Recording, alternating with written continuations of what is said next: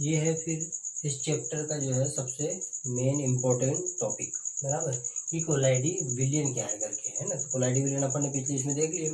अब कोलाइडी विलियनों के प्रकार बहुत सारे हैं, उन सभी प्रकारों को जो है मैंने एक ग्राफ, एक बोर्ड के रूप में जो है कन्वर्ट कर दिया है, जैसा पिछले वाले प्रश्न को किया था।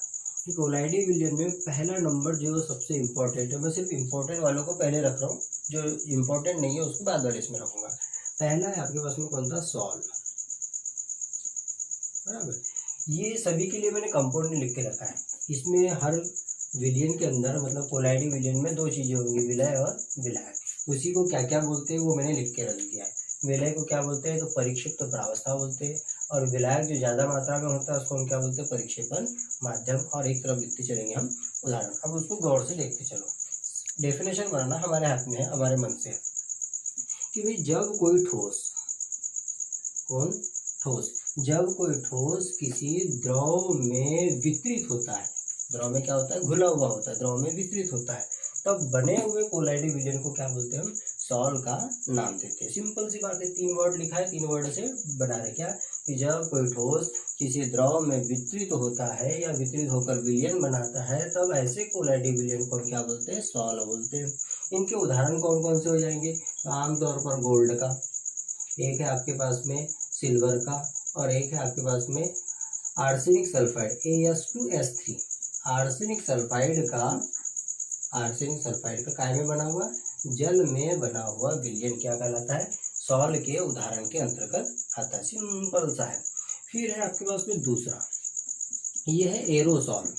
एरोसॉल वर्ड के अंदर ही शब्द छिपा हुआ, एरो मतलब हवा होना चाहिए, एक चीज क्या होगी इसके अंदर, हवा। अब देखो इसके अंदर इसके लिए क्या करना है, कि जब कोई ठोस किसी गैस के अंदर, काय के अंदर, किसी गैस के अंदर, जब कोई ठोस किसी गैस के अंदर मिलकर या गैस में वितरित होकर क्या करता है, कोलाइडी विलियन बनाता है, तब उसको हम क्या बोलते हैं, एरोसॉल कहते हैं।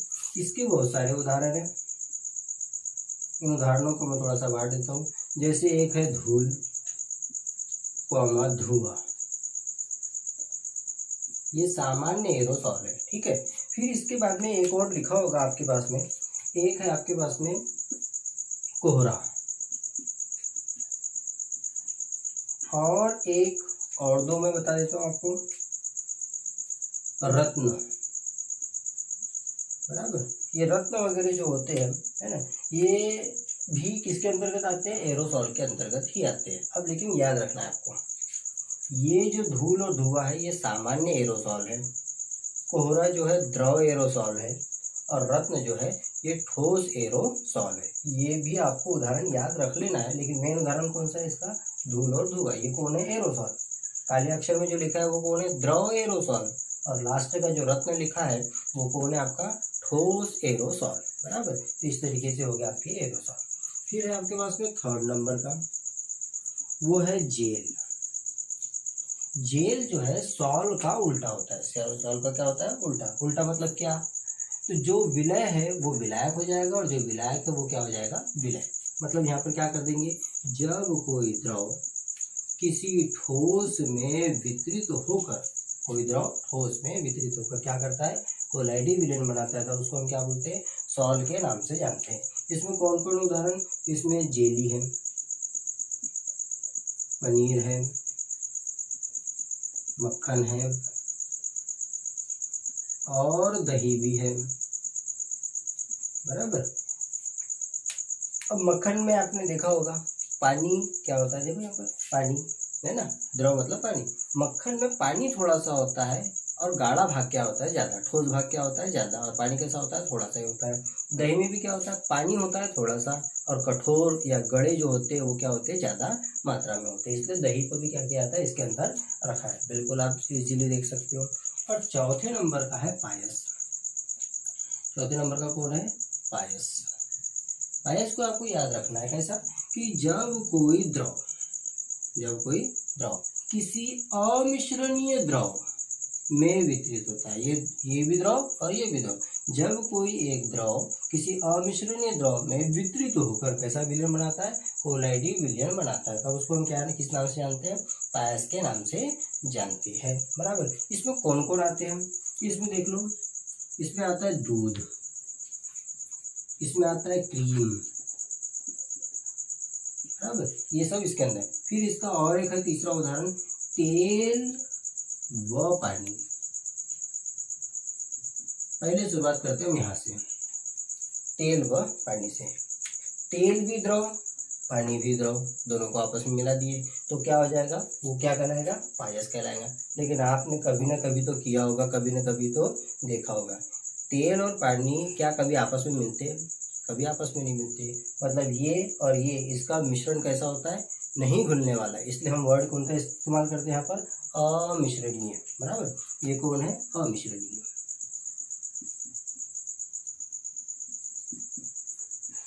असल में ये दोनों चीजें घुलती है क्या, नहीं। हमने मान लो एक डब्बी के अंदर तेल भी डाला है ना, डिब्बे में, और पानी भी डाला, उसको जोर जोर से हिलाया तो क्या होगा, थोड़ी देर के लिए तो घुल जाएंगे, लेकिन 5 मिनट यदि हमने रखा रहने दिए तो क्या होगा, तेल अलग हो जाएगा और पानी क्या हो जाएगा, अलग हो जाएगा। तो असल में वो मिश्रण बना क्या, वो मिश्रण नहीं बनता। थोड़ी समय के बाद में दोनों चीज़ें क्या हो जाती है, अलग अलग हो जाती है।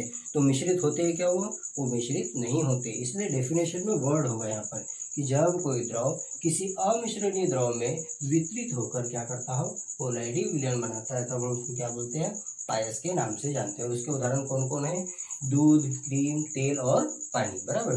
दूध में भी क्या होता है, वसा होता है, चर्बी होती है, घी होता है, बराबर, थोड़ा सा घी होता है, और अधिकतर 65% से ज़्यादा क्या होता है, 65% से ज़्यादा पानी होता है, और 30% से कम क्या होता है, घी यानी कि तेल वगैरह होते हैं। तो दो चीज़ें हैं दूध के अंदर भी, पानी है और तेल है, बराबर। तो इस तरीके से ये किसके अंतर्गत आएगा, पायस के अंतर्गत। और एक लास्ट का है जो शायद बुक में आपको लिखने में नहीं आया है, नहीं गया है, वो है फोम। फॉर्म, सॉरी फोम मत लिखो, फॉर्म।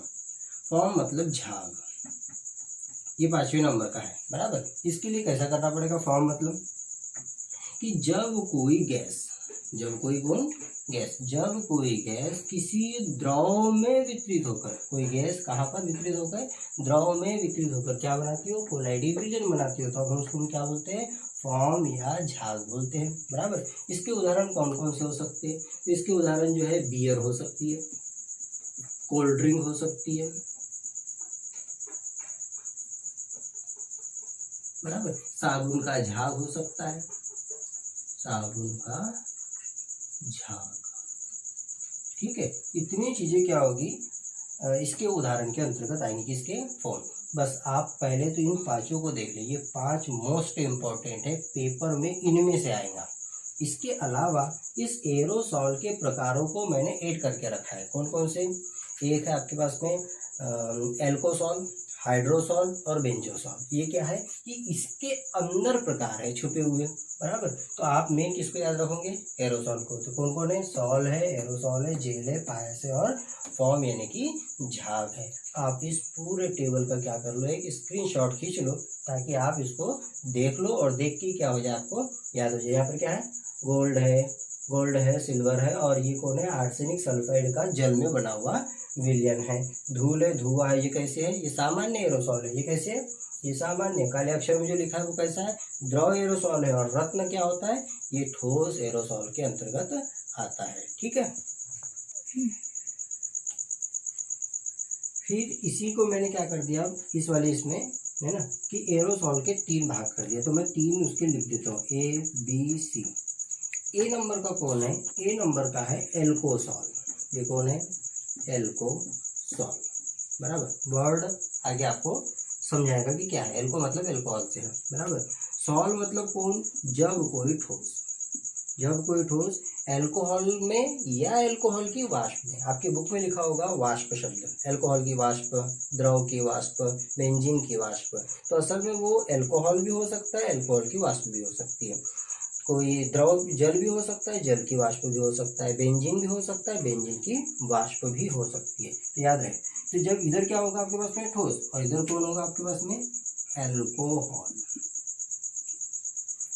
मतलब क्या कि जब कोई ठोस एल्कोहल या एल्कोहल की वाष्प में वितरित होकर क्या करता हो, कोलाइडी विलयन बनाता हो, तब हम उसको क्या बोलते हैं, एल्कोसॉल करते हैं। आमतौर पर बहुलक सॉल, मतलब बहुलक को जिसके अंदर घोलते हैं, बहुलक को जो बनाते हैं वो कैसा होता है, वो एल्कोहल के अंदर घोलते हैं, एल्कोहल सॉल्व बोलते हैं इसको। और एक होता है पारदर्शक साबुन। कौन सी साबुन? पारदर्शक साबुन। पारदर्शक साबुन कौन है?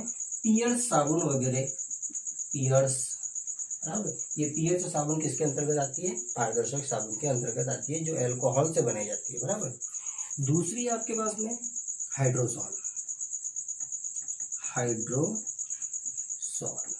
बराबर। ये हाइड्रोसॉल में क्या होगा कि जब कोई ठोस काय के अंदर, हाइड्रो मतलब जल, बराबर, जल में या जल की वाष्प में, क्या दो वर्ड हो सकते हैं, बुक में सिर्फ जल की वाष्प लिखा हुआ है, आप वहां पर करेक्ट कर लीजिए या ऐड कर लीजिए या ध्यान में रखिए।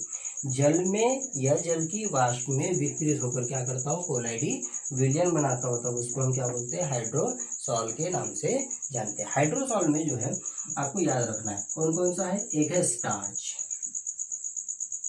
दूसरा है साबुन, सामान्य साबुन जो है इसी तकनीक से बनाते हैं। तीसरा है आपके पास में, एक है एयू मतलब गोल्ड, और एजी मतलब सिल्वर, सिल्वर का बना हुआ जल में विलयन। ये सब किसके अंतर्गत उदाहरण में आते हैं? ये हाइड्रोसॉल में आते हैं। याद रहे आपके बुक में गलती से यहाँ पर लिखा हुआ है झाग, वो झाग नहीं है, आप वहाँ से झाग को मिटा दोगे, झाग इसके अंतर्गत नहीं आता है, ठीक है। और लास्ट है आपके पास में कौन था? बेंजोसॉल। बेंजोसॉल में भी सेम वैसी कहानी कि जब कोई ठोस बेंजीन में या बेंजीन की वाष्प में, फिर से वही कहानी, बेंजीन में या बेंजीन की वाष्प में कि वितरित होकर क्या करता हो, कोलाइडी विलयन बनाता हो, तब हम उसको क्या बोलते हैं? बेंजोसॉल बोलते हैं। और जितनी भी किताबें हैं सभी किताबों को मैं देख चुका हूँ, पहले भी देखा है, अभी भी देखा है, बराबर। तो बेंजोसॉल का कोई उदाहरण हमको ज्ञात अभी नहीं है, बट यदि हम बॉडी स्प्रे या परफ्यूम का जब कंटेन उठाते हैं, यानी उसका जो कैसे बना है वो चीज़ हम देखते हैं, तो उसमें हमको देखने में पता चला है कि बेंजीन या बेंजीन के व्युत्पन्न उसके अंदर मिले हुए होते हैं, और सुगंध के लिए कोई ठोस कण उसके अंदर मिले हुए होते हैं, बराबर। मतलब ठोस कण किसके अंदर? बेंजीन में या बेंजीन की वाष्प में होते हैं। तो जानकारी के मुताबिक मैंने ये ऐड कर मतलब लिखने के लिए बताया है आपको, कौन सा कि इसमें आप क्या लिखोगे? परफ्यूम, परफ्यूम और बॉडी स्प्रे, बॉडी स्प्रे ये किसके अंतर्गत आएंगे? ये बेंजोसॉल के अंतर्गत आएंगे। हालांकि बेंजोसॉल का किसी किताब में जो है उदाहरण नहीं लिखा हुआ है। ये भी एल्कोहल के बाद बचे हुए 3 की क्या है? डिटेल है। इसका भी आप स्क्रीनशॉट निकाल के क्या कर सकते हो? आसानी से इसको पढ़ सकते हो, ठीक है।